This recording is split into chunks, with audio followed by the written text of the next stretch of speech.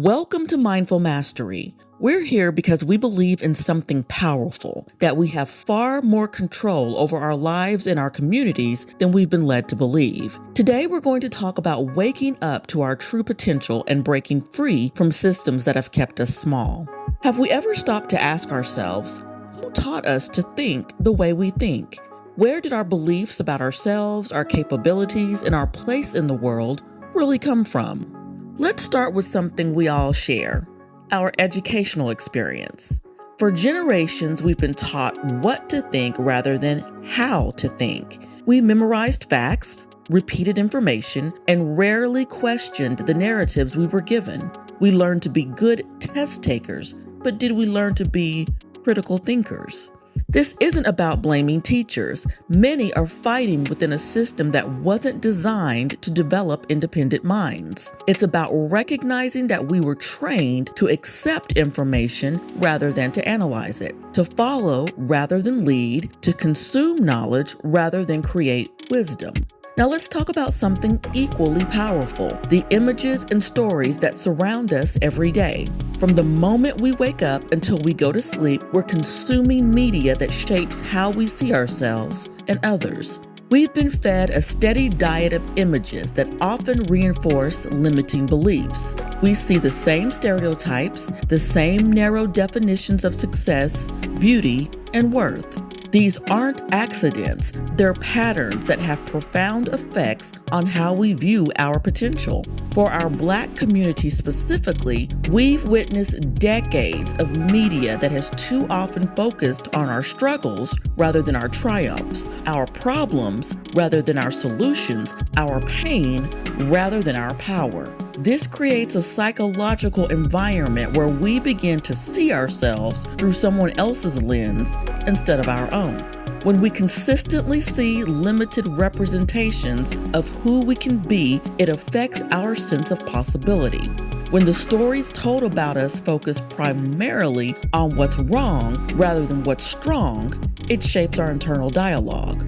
Low self-esteem doesn't happen in a vacuum. It's often the result of systematic messaging that tells us we're not enough, not smart enough, not beautiful enough, not worthy enough.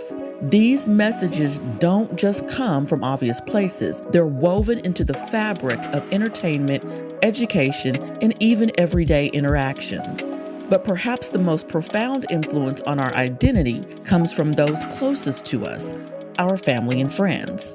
These are the people we love and trust, which makes their words carry tremendous weight in shaping how we see ourselves. Sometimes, without even realizing it, the people in our inner circle become carriers of limitation. They say things like, "Don't get your hopes up," "Be realistic," "People like us don't do things like that," or "What if you fail?"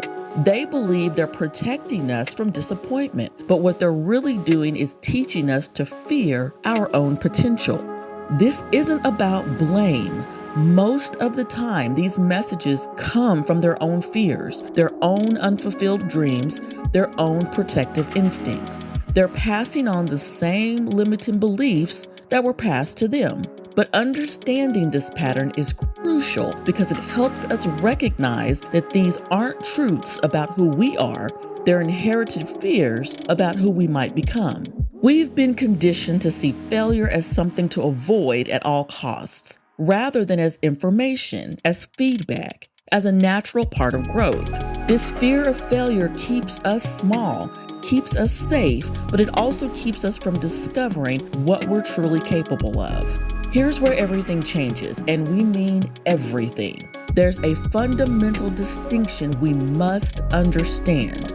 We are not our thoughts. We are not the voice in our head that tells us we can't, we shouldn't, we're not good enough, or we're not ready.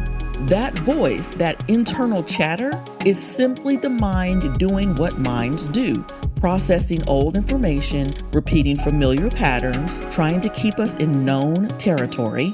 But we are not that voice. We are the awareness that can observe that voice, question it, and choose whether or not to believe it. When we truly grasp the concept that we are the observer of our thoughts rather than the thoughts themselves, the world opens up in the most exciting and fascinating ways. Suddenly, all those limiting beliefs we've carried aren't facts about reality, they're just mental habits we have the power to change. Once we understand that we are not our thoughts, we begin to see that we are surrounded by opportunities we never noticed before. We start to recognize new discoveries waiting to be made, experiences that have the ability to shape us in ways we can't even fathom. The person who believes, "I'm not good with technology," might discover they have a gift for innovation. The person who was told, "You're not creative," might find they have artistic abilities that were never nurtured. The person who accepted, "People from our neighborhood don't start businesses," might realize they have entrepreneurial vision that could transform their community. When we separate ourselves from our limiting thoughts, we become open to possibilities that were always there, but invisible to us. We become curious instead of certain, experimental instead of fixed, expansive instead of contracted. We are not passive recipients of negative messages. We have the power to choose what we accept and what we reject. We have the ability to rewrite the stories that have been written about us and for us. Every one of us, regardless of our background, has been affected by systems that benefit from our self-doubt, our division, and our disconnection from our own power. Recognizing this isn't about pointing fingers, it's about taking back our agency.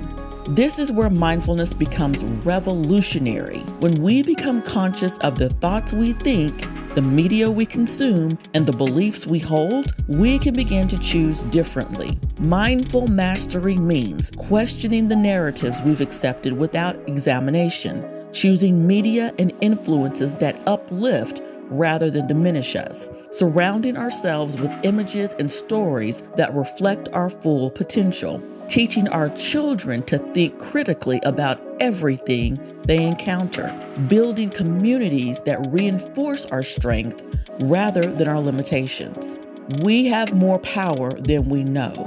We control what we watch, what we read, who we listen to, and how we speak to ourselves. We control how we raise our children, what we teach them about their worth, and what possibilities we present to them. We control whether we perpetuate the cycles that have held us back or whether we break them. We control whether we see ourselves as victims of circumstance or as architects of change. When we change how we see ourselves, we change how others see us. When we raise our standards for how we're represented and treated, others raise theirs too. When we refuse to accept limitations that aren't real, we give others permission to do the same. This isn't about just individual transformation. It's about collective awakening. When we heal ourselves, we heal our families. When we heal our families, we heal our communities. When we heal our communities, we contribute to healing the world. Our mission at Mindful Mastery is this. We are here to support each other in this awakening. We're here to share tools, insights, and perspectives that help us all step into our power. We're here to celebrate our progress, learn from our setbacks, and keep moving forward together. We believe that every person has the right to define themselves, to pursue their dreams without artificial limitations, and to contribute their unique gifts to the world. We invite you to join us on this journey of mindful mastery. Start paying attention to the messages you're receiving and accepting. Start questioning the beliefs you've never questioned. Start choosing content, conversations, and communities that reflect the highest vision of who you can become. Remember, we are not products of our circumstances. We are products of our decisions, and every day we get to decide again. If you've made it this far in our video, then congratulations. You're an honorary member of our community. Together, we're not just changing our own lives, we're changing the narrative for generations to come. We're proving that when we master our minds, we master our destiny. If this message resonates with you, subscribe to our channel, share this video with someone who can benefit from it, and let us know in the comments, what's one narrative you're ready to rewrite? Because your potential is limitless. Thank you so much for spending time with us today. And until next time, breathe deeply, live fully, and thrive.